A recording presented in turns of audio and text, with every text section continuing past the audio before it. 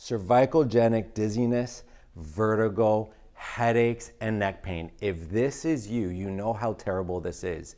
Not only does it cause all those symptoms, but really it's that sense of uneasiness. So today's video, I'm gonna show you how to figure out, not only do you have vertigo or dizziness, is it coming from your neck, but also 3 things that you can do at home today to get you relief. I'm Dr. Matthew Posa, and I'm a corrective care chiropractor in Milton, Ontario, Canada. I help people get over their spine-related health issues so they can live the life they were designed to live. So if you want health tips and tricks and content just like this, then subscribe to my page. Don't forget to like and share this information with the people we know need it the most. The problem is not only that the neck could be the source of all of this, but also it's that you're getting sometimes the headache, the tinnitus or the ringing in the ears. It's the unevenness, sometimes the anxiety of going places.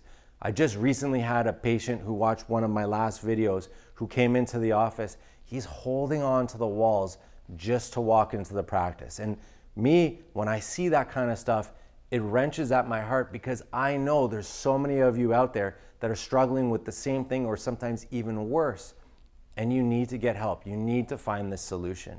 To go through life like this is not really living. So how do you know if you have this? How do you know if it's coming from your neck? Because if you look at the neck and you look at the structure of the neck really is not just a bunch of bones and the discs and the joints and the nerves.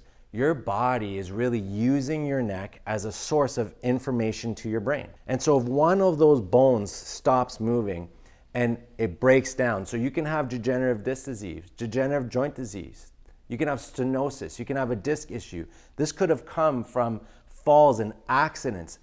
50% of all cervicogenic, meaning origin in the neck, dizziness or vertigo, comes from a whiplash injury. So the chances are that you were driving or you got hit or you fell back and you jammed your neck. And what happens is all the joints inside your spine are receptors. These are called mechanoreceptors. And what they do is they send signals up to your brain to say, hey, I'm here, I'm here, I'm here. And therefore your brain learns. So that is called proprioception. And that is incredibly important. So I know people know this. Your ears are great sources of information for your brain. And therefore, a lot of balance issues, dizziness and vertigo can come from your ears. But the other one could be your eyes. So you could have had an eye strain or something like that. And that actually causes also issues with balance, vertigo, and dizziness because your brain relies on this input, it relies on this input.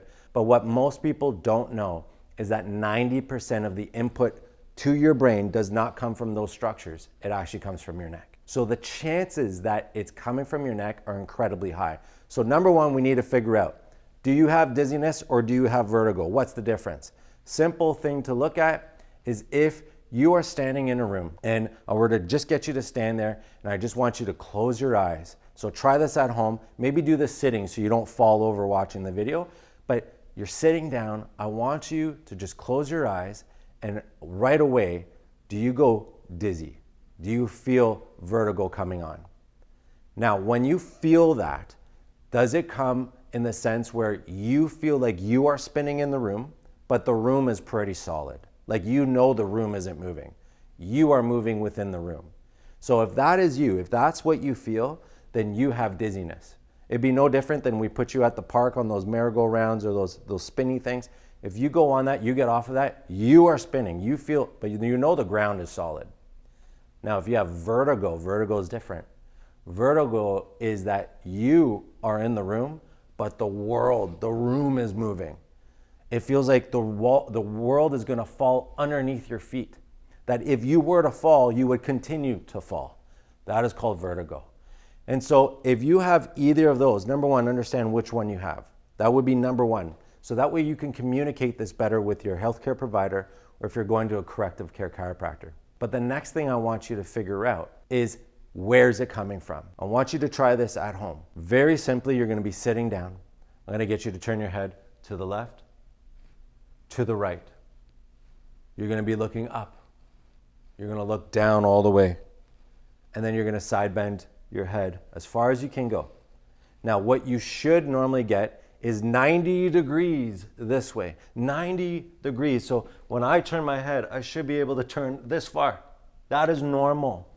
If you can't do that, if you're getting 30 degrees, 45 degrees, even 70 degrees, but it's not 90 degrees, then you have signs of wear and tear in your spine. And especially if you have vertigo, dizziness, with the headaches, with the neck pain, then this could be your source. It is a cervicogenic. It is coming from your neck. So I want you to figure out what is normal, what's not normal. What is normal is 90 degrees either side. When I bring my head down, so my chin to my chest, I should be able to do that with ease. I should be able to look up all the way. I'm looking up all the way. I should be able to do that. If you can't do that, you have cervicogenic issues. You have an origin, it's coming from your neck. If the last one, you can't bring your ear to your shoulder, and I don't mean lift your shoulder, don't cheat. What you want to do is you want to just bring your head over and you want to get as close as you can. This one, you want to get as close to that 45 as possible. You really want to get to that halfway point. That is normal. If you can't do any of that without getting symptoms or worse, you just can't get there, then you do have a neck problem. That means the way that those signals are shooting up to your brain, the joint mechanoreceptors are not doing their job. It's faulty information. And then we need to figure out now why. Why is this happening? Is it a disc issue?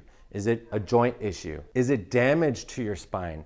Is it car accidents and falls? And what was the reason why this happened in the first place? And one of the areas that I always check right away is it your atlas? This is 90% of the time it's coming from your upper cervical spine. So let's figure out if this is you. I want you to follow this at home. What you're gonna do is you're gonna grab your thumbs, you're gonna grab the back of your head, and all you're gonna do is bring your thumbs down, and you're gonna find this lip. This lip right here, the base of your skull, and then you're gonna feel like your fingers can go in here.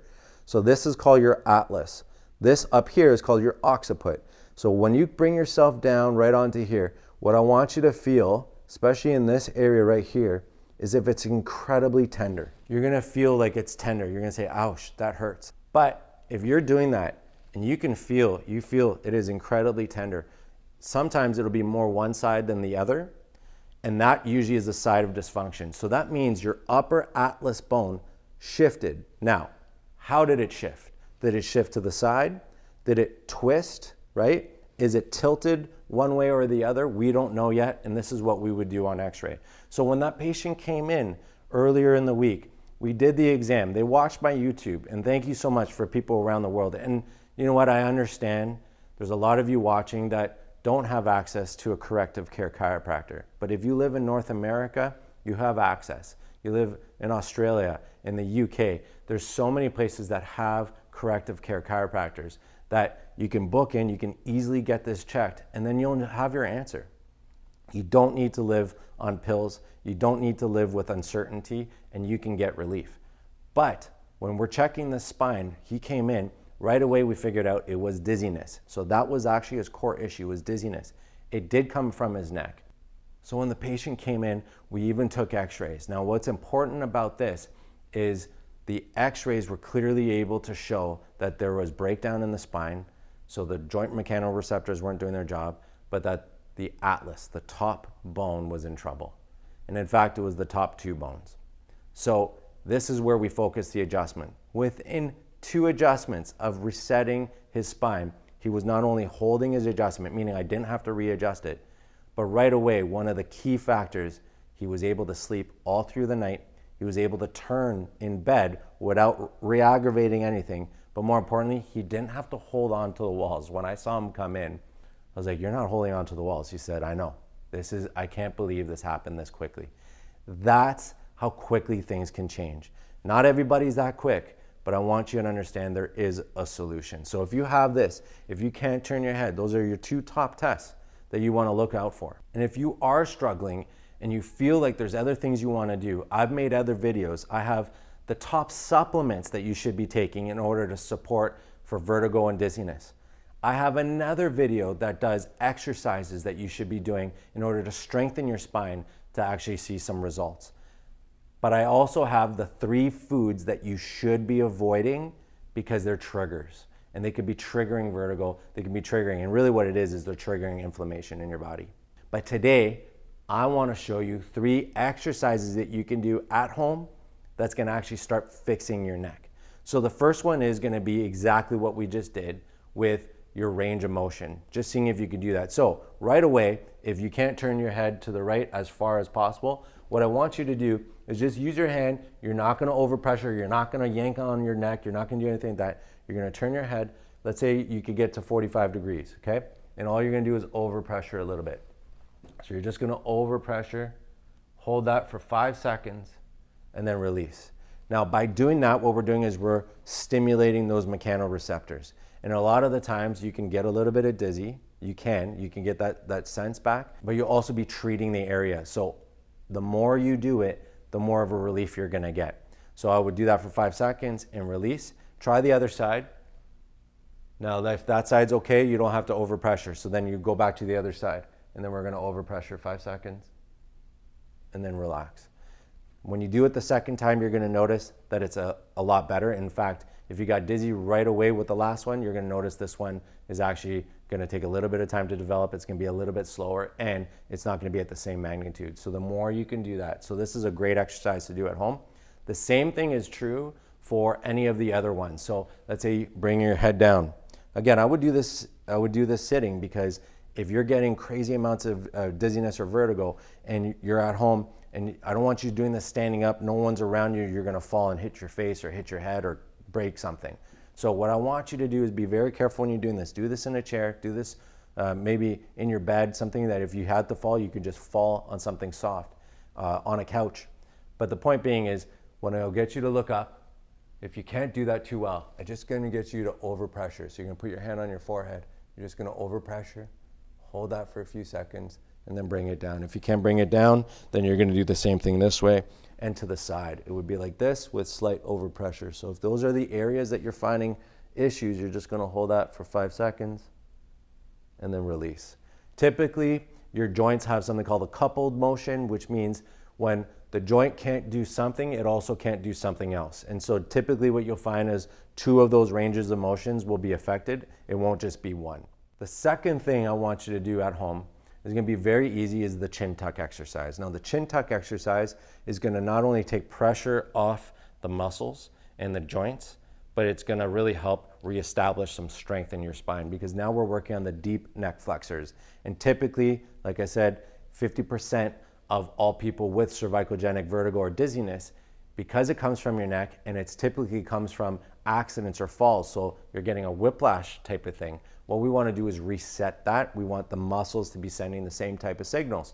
So what you're going to do is you're going to do a chin tuck. Chin tuck is you're bringing yourself in. It's very flattering, I'm sure, but you're going to bring yourself back. You're going to hold this for a few seconds and let go. Let's do that from the side.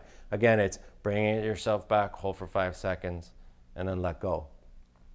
And you're going to repeat that 10 times. Now, as you do that, you're probably going to feel stuff, especially if you got a lot of damage in your spine. If you don't know if you do, if you've never been to a corrective care chiropractor, then what happens is you really don't know how much stuff is in there. You might hear clicking, you might hear popping.